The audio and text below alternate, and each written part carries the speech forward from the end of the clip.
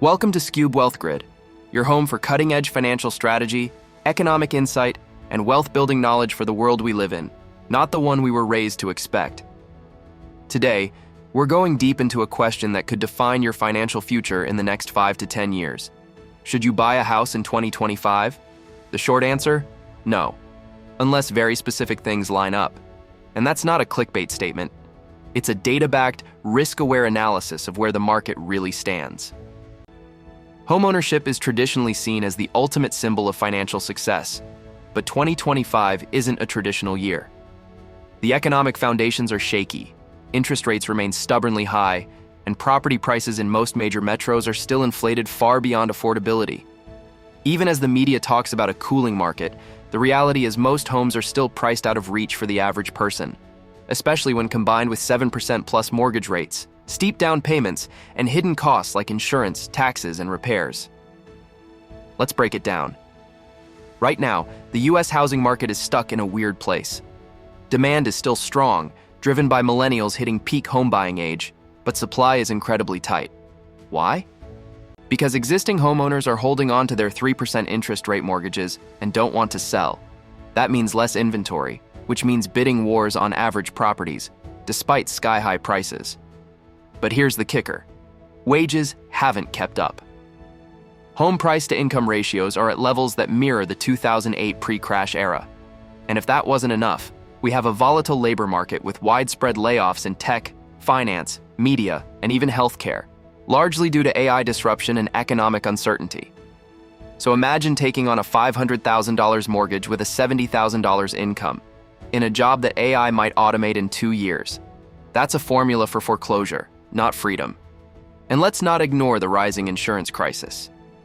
In many states like California, Florida, and parts of Texas, homeowners are facing insurance premiums that have doubled, or worse, been canceled altogether due to climate risks and company withdrawals. Add in maintenance, HOA fees, and rising utility costs, and your affordable home quickly becomes a money pit. The truth is, owning a home in 2025 could drain your finances if you buy for the wrong reasons, or at the wrong time. But, and this is a big but, there are scenarios where buying makes sense. You should only consider it if 3 key conditions are met. 1. You have a stable and diversified income stream that's resistant to AI disruption or economic shocks. 2. You find a property that's undervalued or offers long-term upside, ideally in a growing suburb or up-and-coming city, not an overpriced urban center. And 3. The monthly cost to own is equal to or less than renting, and you plan to stay put for at least 7 to 10 years. Otherwise, the numbers don't lie. Renting plus investing that down payment might leave you in a far better financial position by 2030. Let's also talk opportunity cost. That $80,000 down payment you're about to sink into a house? What if you used it to buy undervalued stocks, real estate investment trusts, or even start a small cash-flowing side business? You'd still have liquidity, flexibility, and options. 3 things you lose once you tie yourself to a mortgage. Flexibility is power in this economic era. When layoffs happen, when markets shift, when opportunities arise in other states or even countries, being able to move, pivot, and adapt can be the difference between sinking and soaring. Don't fall into the trap of thinking homeownership equals adulthood. Financial maturity isn't about status. It's about strategy. So what should you do instead? Build your emergency fund, diversify your income, strengthen your credit, invest in low-cost index funds, understand rates, explore geo-arbitrage. There are dozens of ways to grow your wealth in 2025 without locking yourself into a mortgage that might become an anchor. The best investors in the world right now? They're holding cash, they're watching, they're waiting. Because they know something the average buyer doesn't: patience pays.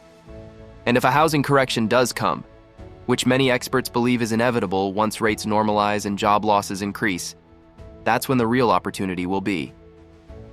At Scube Wealth Grid, we don't just prepare you for the boom, we prepare you for the storm. The goal isn't just to survive, it's to dominate while others panic. Subscribe now, because in our next video, we're diving into how to build real estate wealth without ever buying a home. Through fractional investing, REITs, land syndications, and smart portfolio positioning.